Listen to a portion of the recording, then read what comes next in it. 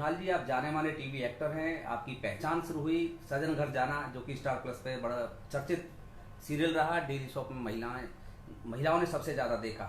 तो सबसे पहले तो आप अपने बारे में परिचय दीजिए कि किस किस तरीके से आपका फरीदाबाद से बॉम्बे जाना हुआ। नमस्कार। सबसे पहले तो मैं आपको शुरू करना चाहूँगा कि मैं फरीदाबाद में यहाँ पे जिस फैमिली में पैदा हुआ, भाटिया परिवार, शहर का एक जाना माना परिवार है और मैं बहुत ब्लेस्ड रहा कि मैं इस परिवार में पैदा हुआ। और मेरे परिवार में ऑलरेडी 50 से ऊपर लोग हैं, तो एक बहुत बड़ी जॉइंट फैमिली है। और हमारे परिवार में कोई इंजीनियर नहीं था और मेरे मामा जी के बेटे ने इंजीनियरिंग की, तो मुझे बहुत इंस्पिरेशन मिली। आईआईटी में गए तो मैंने भी सोचा कि हाँ, मुझे भी इंजीनियरिंग करनी है और आईआईटी में जाना है। तो फिर मैंने कड़ी मेहनत की और एक साल ड्रॉप भी किया 12th के बाद, और 3 साल के बाद मैंने आईआईटी दिल्ली में एडमिशन लिया, जहाँ पे मैंने सिविल इंजीनियरिंग का कोर्स किया है। और उसके बाद साथों साथ मुझे ड्रामेटिक्स, एक्टिंग, फिल्म मेकिंग, इसमें बहुत जोश था, तो मैंने उस पर काम करना शुरू किया। ये काम मैंने आईआईटी के रहते रहते शुरू कर दिया था। और फिर उसके बाद मैं मुंबई गया और मुंबई में मैंने कुछ महीने जॉब की। और जॉब करते करते मैंने अपना जो मेरा ड्रीम है यानी एक्टिंग करना, तो मैंने ऑडिशन देने शुरू किए और मुझे पहला ब्रेक मिला सजन घर जाना है, जो कि स्टार प्लस पे आया था 2008 में। और उसके बाद मैंने करीब 30 से ऊपर सीरियल कर चुका हूँ, कुछ एड फिल्म्स और कुछ फिल्म्स हम खुद से बना चुके हैं, प्रोड्यूस कर चुके हैं। और साथ साथ मैं एक एनजीओ भी चलाता हूँ, जहाँ पर आके मेरा पढ़ाई, आर्ट्स और एक सोशल लाइफ आके मर्ज होती है, जिसको मैं बोलता हूँ मैंगो पीपल, मैं एनजीओ, जिसका अर्थ है कि मैं अपने आप में एक एनजीओ बन सकता हूँ। मतलब किस तरीके से एनजीओ आपकी ये कार्य करती है, और ये फरीदाबाद में ही कार्य करती है या पूरे देश में कार्य कर रही है आपकी एनजीओ? इस एनजीओ से जो हमारा सपना था उसे हमने 2015 में एक जर्नी से शुरू किया, जहाँ पर हमने एक देश का पूरा टूर किया। जहाँ हम शुरू किए, फरीदाबाद से शुरू किए, और नोएडा में एक स्कूल है, प्रगति स्कूल, जहाँ पर हमने बच्चों के साथ ग्रीन हाउस बनाने की वर्कशॉप्स शुरू की। वहाँ से फिर हम गए सरदार शहर, वहाँ से हम गुजरात, फिर गोवा में हमने कुछ वर्कशॉप्स की, और हैदराबाद, और हर जगह जाके हम आर्किटेक्चरल स्कूल्स और कॉलेजेस और स्कूल्स, वहाँ जाके बच्चों को हम ये सिखाते थे कि कैसे वो नेचुरल होम्स बना सकते हैं और कैसे अपना खाना खुद से उगा सकते हैं, और किस किस तरह की एनर्जीज को वो हार्नेस कर सकते हैं। तो इस तरह की क्लासेस हमने बच्चों के साथ ली हैं। और फिर उसके बाद हमने 2 स्कूल भी बनाए हैं, जो कि संजय गांधी नेशनल पार्क में हैं, और वहाँ पर 2 विलेजेस हैं जहाँ पे बच्चों के साथ मिलकर ही हमने बैम्बू से 2 स्कूल्स क्रिएट किए हैं। तो भाटिया जी, आप ये और बताएं कि किस तरीके से आपका एक टीवी एक्टर होकर के और एक एनजीओ चलाना, और कहाँ से आपको ये प्रेरणा मिली कि मैं भी समाज सेवा में लगूं? दुनिया भर में बहुत कुछ हो रहा है, और जब हमें कुछ आता है तो हमें लगता है कि हमें दूसरों को भी बताना चाहिए। अगर ऐसी कोई बात है जो मैं अडॉप्ट कर सकूं और फिर मैं अपने दोस्तों के साथ शेयर कर सकूं या अपने साथियों के साथ शेयर कर सकूं, और अगर सब लोग उन चीज़ों को करना शुरू कर दें, तो छोटा छोटा करके एक बहुत बड़ा मूवमेंट बन जाता है। तो इसी थॉट के साथ ये एनजीओ का थॉट आया कि अगर मैं अपने आप में एक नॉन गवर्नमेंट ऑर्गेनाइजेशन बन जाऊं, गवर्नमेंट मतलब गवर्न माइंड, और नॉन गवर्नमेंट मतलब जो माइंड को गवर्न ना करे, फ्री रहे, अगर मैं एक फ्री ऑर्गेनाइजेशन बन जाऊं, तो उसी तरह से आप भी, मेरे साथी भी, एक पूरा गांव अपने आप में सस्टेनेबल बन सकता है। अगर वो अपना खाना खुद से इतना उगा रहे हैं, इतनी एनर्जी हार्नेस कर रहे हैं कि उनको बाहर से रिसोर्सेज लाने की जरूरत नहीं है, अपने जो रिसोर्सेज है उस पर स्टेबल है। हाँ, ट्रेड होना चाहिए, लेकिन इस तरह की चीजें अगर गांव और छोटे छोटे कस्बे और छोटी छोटी कॉलोनीज भी अडॉप्ट करना शुरू कर दें। अभी हमारा एक रिसेंट प्रोजेक्ट है जिसमें हमने गुड़गांव में पालम विहार में एक सोसाइटी में एक वेस्ट मैनेजमेंट प्रोग्राम सेटअप किया है, जहाँ पे पूरी सोसाइटी का जितना भी कूड़ा कचरा होगा वो कहीं और ले जाके डंप नहीं किया जाएगा, वो वहीं पर ही रिसाइकिल होगा, उससे खाद बनेगी, और जो बचा हुआ ऐसा वेस्ट होगा जो रिसाइकिल नहीं हो सकता है, उससे कुछ गिफ्ट्स बनेंगे, कुछ बच्चों के लिए कुछ एक प्ले एरिया बनेगा। तो इस तरह की चीजें वहां पर एक्टिविटी शुरू हो चुकी है। तो ये छोटी छोटी चीजें हैं जो हम अपने शहर में भी अप्लाई कर सकते हैं। जैसे कि आपकी मैंगो पीपल, आपने बताया कि आपकी एनजीओ बड़े अच्छे से कार्य कर रही है। अगर बात करें लॉकडाउन 4 आज चल रहा है कोरोना वायरस के चलते हुए, इसमें किस तरीके की भूमिका आप लोगों ने अदा की है? हमारे सामने सबसे बड़ी सिचुएशन जैसे ही लॉकडाउन हुआ वो ये आई कि कोरोना के इतने केसेस नहीं थे उस समय यहाँ पर फरीदाबाद में, लेकिन डर बहुत ज़्यादा था और उसके चल के लोगों ने अपना काम जब बंद कर दिया और जब सरकार ने बोला कि सब चीज़ें रोक दो, तो बहुत सारे ऐसे लोग हैं जो दिनचर्या पे अपना रोजी रोटी कमाते हैं, डेली वेजेस, और जो लेबर्स हैं, जो हमारे ऑटो रिक्शा वाले हैं, जो हमारे घर बनाते हैं, जो हमारे घर में सफाई करते हैं, हमारा खाना बनाते हैं, तो ऐसे बहुत सारे लोग हैं जो डेली वेजेस पे थे, उनका काम छूट गया। और जैसे ही उन लोगों का काम छूट गया तो फिर ऐसे बहुत सारे लोग सामने आने लगे जिनके पास राशन कार्ड नहीं था, जिनके पास बीपीएल कार्ड नहीं था और जो सरकारी एड डायरेक्टली नहीं ले पा रहे।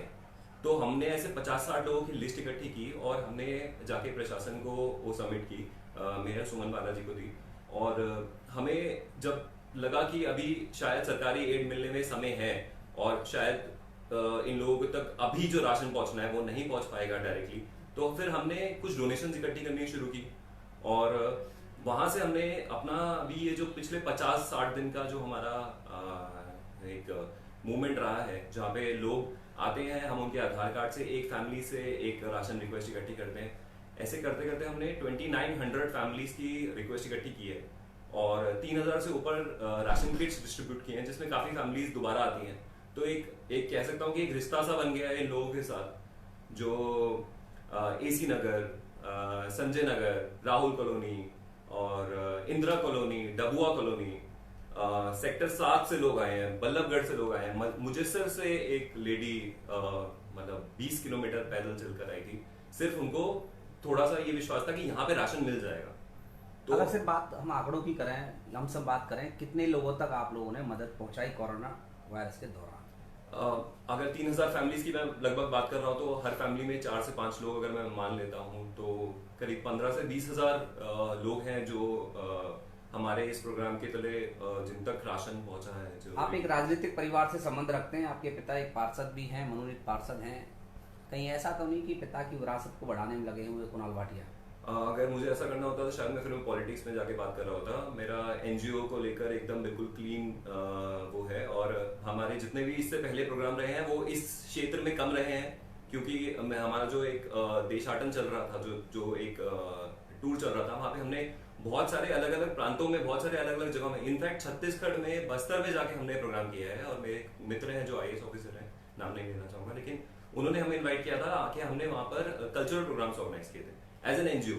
तो मेरा हमेशा से एक जो एफर्ट रहा है वो राजनीति से अलग रहा है और मेरी सिर्फ यही रिक्वेस्ट है जितने भी लोग देख रहे हैं इस चीज को कि साथ बढ़े, राजनीति और भेदभावों से हटे और कैसे हम अपने आसपास के लोगों की मदद कर सकते हैं, हमें इस बारे में ज्यादा सोचना जरूरी है। मैंगो पीपल से किस तरीके से जुड़ा जा सकता है अगर आम नागरिक जुड़ना चाहे तो आपसे? मैंगो पीपल से जुड़ने का बहुत ही आसान तरीका है, हमारी वेबसाइट है mangopeople.org.in। आप उस वेबसाइट पे आइए और वहाँ पे हमारी जो भी एक्टिविटीज हुई हैं आप वो देख सकते हैं। हमारा फेसबुक पेज है मैंगो पीपल NGO और हमारा इंस्टाग्राम पेज है mangopeople.org.in। आप इन 3 पेजेस पे आके हमसे कांटेक्ट कर सकते हैं और हम आपके जो भी सहायता आप चाहते हैं या आप हमें सहायता करना चाहते हैं, इन लोगों तक सहायता पहुंचाना चाहते हैं, डोनेशंस करना चाहते हैं, हो सकता है आपके पास एक्स्ट्रा राशन पड़ा हो, हम वो भी कलेक्ट कर सकते हैं। हम बच्चों के लिए बुक्स इकट्ठी कर रहे हैं जिनके माँ बाप अभी अफोर्ड नहीं कर पा रहे हैं। तो ये सब मिला जुला के हम एक एक्टिविटी ऐसी क्रिएट कर सकते हैं जिसमें ये शहर अपने आप को ही बचाएगा। हम आत्मनिर्भर तभी बन सकते हैं जब ये शहर के लोग आसपास के लोगों को रिलीफ पहुंचाएंगे। टीवी का एक चर्चित चेहरा कुणाल भाटिया दोबारा से कब टीवी पे देखने को मिलेगा? लॉकडाउन शुरू हो गया, लेकिन शायद मैं गुड न्यूज़ देने वाला था।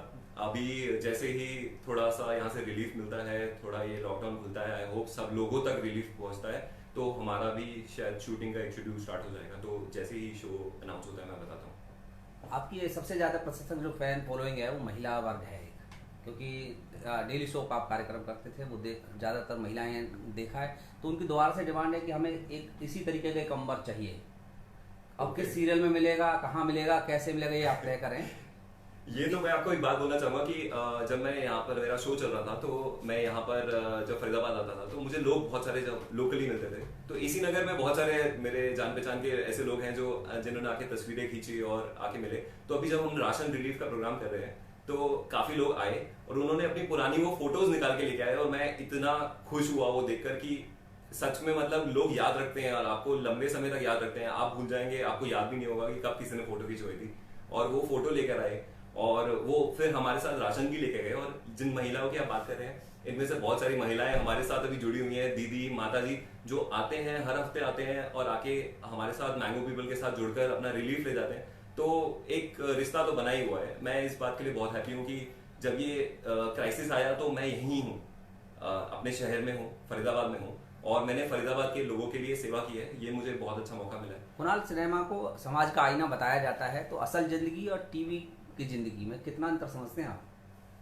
असल जिंदगी से ही जो एक्टिंग जिसको हम बोलते हैं, जिसको हम सिनेमा में रिप्रेजेंट करने की बात बोलते हैं, वो असल जिंदगी से ही निकल के आती है। और ऐसे बहुत सारे ख्याल, विचार जो हम असल जिंदगी में सहते हैं। तो मैंने देखा कि मेरी एक्टिंग में बहुत चेंजेस आए हैं कुछ समय में। और आप बहुत डेप्थ वाले रोल कर पाते हो, कुछ टफ रोल कर पाते हो। एक अभी पीछे मैंने एक रोल किया था आरंभ में, जहाँ पे मुझे किन्नर का रोल प्ले करना था। अब असल जिंदगी में मैंने अपने घर में फरीदाबाद में आसपास यहाँ पर लोगों को, कुछ किन्नर लोगों को देखा है जो आते हैं, शादियों पे आते हैं, घर में बच्चा होता है तो आते हैं, ब्लेसिंग देने आते हैं। तो एक उनका एक अलग रूप देखा है मैंने। तो वो कल्चरल, वो जो एक डांस होता है उनका, एक जो कल्चरल सोसाइटी में मिला हुआ भाव था, तो मेरे जो किरदार था उसमें मुझे वहां से बहुत इंस्पिरेशन मिली थी। तो असल जिंदगी की बहुत सारी चीजें वहां पर रियल लाइफ में अप्लाई होती हैं। और वो आईना पर्दा अब तो काफी ज्यादा कह सकते हैं। कुणाल, सबसे अच्छा करेक्टर कौन सा रहा आपका, जितना भी आपने काम किया है? मैं तो मानूंगा कि सजन घर जाना है का अंबर मेरा सबसे प्यारा कैरेक्टर है, क्योंकि तो मेरा पहला रोल एक बार हम अंबर से कुछ सुनना चाहेंगे, अंबर की भाषा में। अंबर के नाम से तो सबसे प्यारी चीज सुन सकते हैं, वो है धानी का नाम। धानी जी, हम एक उससे बहुत प्यार करते हैं। पूरा एक प्ले करके आप थोड़ा सा बताएं। ज्यादा से ज्यादा 1 मिनट का, नहीं 1 मिनट का तो आप कम से प्ले बताएं कुछ अच्छा सा जो सबसे ज्यादा पॉपुलर हुआ हो। मैं आपको अभी रिसेंट आरंभ का एक कुछ कविता सुनाता हूँ, जहाँ पे मेरा जो किरदार था जी, वो उन कविताओं को पढ़ता था। और उसमें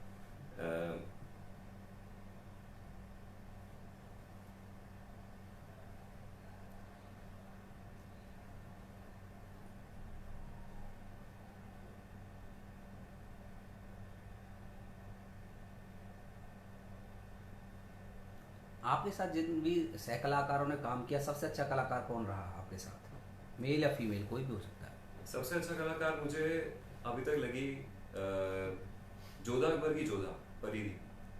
वो बहुत ही शांत, बहुत ही प्यारी, और एक बहुत ही फियर्स रोल किया उन्होंने। और जिसको, वो एक खुद MBA स्टूडेंट है, तो हमारी बहुत अच्छी बातों पे, पढ़ाई को लेकर बहुत सारी बातें होती थी, और उनके साथ काफ़ी अच्छा समय बिताया करजत में। तो आप जरा सुनाइए कि हाँ जी, हमारे दर्शक आपको देख रहे हैं। बिल्कुल। ये है मणिकर्णिका का एक डायलॉग जो आरंभ में मैंने किया था। खड़ा हूं मैं प्रहार कर, जो कर सके वो वार कर, ना कर सके तू चोरी मोरी, जा कर ले जबर जोरी तेरी। वो पानी हूं बह जाऊंगा, मैं वाणी हूं कह जाऊंगा, माँ की मणि, माँ के कानों की ध्वनि, मणिकर्णिका। कोई अपील करना चाहेंगे आम जनता से आप? इस बात पे तो प्रणाम करके, हाथ जोड़ के मैं सबसे बोलना चाहूँगा कि ये वो समय चल रहा है कि हम सबको आगे बढ़कर, अपने घर से ना निकलकर, हमारे पास बहुत सारे मीडियम्स हैं, डिजिटल मीडियम्स हैं, हमारे पास फ़ोन्स हैं, हमारे पास इंटरनेट है। इन मीडियम्स के साथ हमें लोगों तक पहुंचना है। हम हैं जो अपनी टीम लेकर बाहर लोगों तक पहुंच रहे हैं, सोशल डिस्टेंसिंग, फिजिकल डिस्टेंसिंग को फॉलो कर रहे हैं, हम सब प्रिकॉशंस ले रहे हैं, लेकिन लोगों तक रिलीफ पहुंचाना बहुत ज़रूरी है। आप सबसे विनती है, प्लीज़ हमारे पेज पे आएँ mangopeople.org.in, या फिर फेसबुक पे मैंगो पीपल NGO, और आके हमसे कांटेक्ट करें, और आपसे जो बनता है उतनी डोनेशन दें, लोगों को अडॉप्ट करें, लोगों तक राशन पहुंचाने के लिए। आपको लगता है कि किसी को आपकी मदद, आपकी तरफ से किसी को मदद चाहिए, हमें कांटेक्ट कर सकते हैं। लेकिन अभी ये वो समय है, हम सबको जुड़ना बहुत ज़रूरी है। सो प्लीज़ आगे आएँ, हमसे कांटेक्ट करें और अपनी सिटी को बचाएं। अच्छा कुणाल, उन युवाओं के लिए जो खासकर लड़कियों के लिए कोई मैसेज आप देना चाहेंगे जो अपने किसी गांव या शहर से बॉम्बे की तरफ जाना चाहते हैं, उनके लिए क्या कोई संदेश देना चाहेंगे आप? आजकल बहुत वर्ड सुन रहे हैं सब लोग, माइग्रेंट लेबर भी सुन रहे हैं, लेकिन कभी कभी किसी आर्टिस्ट के साथ ना लेबर वर्ड नहीं जोड़ा जाता। लेकिन एक आर्टिस्ट की जो लाइफ है ना, वो एक लेबर से भी बहुत बुरी हो सकती है।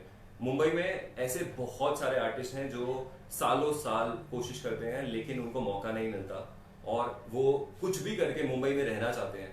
और इस दौरान में काफी लोग सही गलत अलग अलग तरह के रास्ते, बस एक मौका मिल जाए कि हाँ हमें दिखना है।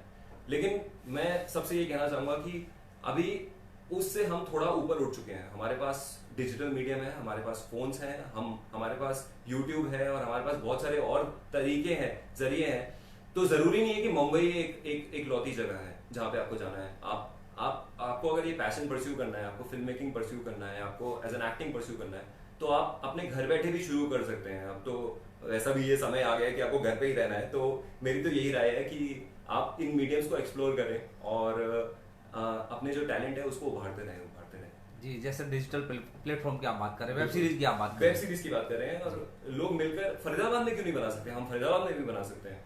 अगर यहाँ के कुछ लोग हमारे साथ जुड़ना चाहते हैं तो वो हमारे साथ जुड़े, हम उनके साथ मिलकर कुछ छोटे मोटे एक्ट्स क्रिएट कर सकते हैं। तो ये बहुत ही सिंपल है।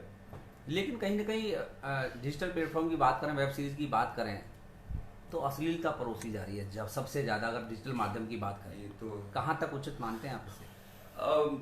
अब इसमें मैं क्या कमेंट करूं? मतलब ये तो जो लोग मांग रहे हैं और वो लोग बना रहे हैं, या लोग बना रहे हैं और लोग देख रहे हैं, ये तो एक साइकिल चल पड़ी है। अब इसमें हम रोक तो नहीं सकते, लेकिन हमारी कोशिश ये है कि हम जो क्रिएट करें वो एक एथिकल कंटेंट हो। मतलब सबको ही देखना है। अगर लोग प्यार करते हैं और आपस में किस करना चाहते हैं तो वो उसमें अश्लीलता उतारने की जरूरत नहीं है। और दो लोगों के बीच में अगर सेक्स भी होता है तो भी उसमें उनको है कि फिल्मों के जरिए से हमें लोगों को कुछ तो रिस्पॉन्सिबिलिटी के साथ दिखाने की जरूरत है। बहुत बहुत धन्यवाद आपका।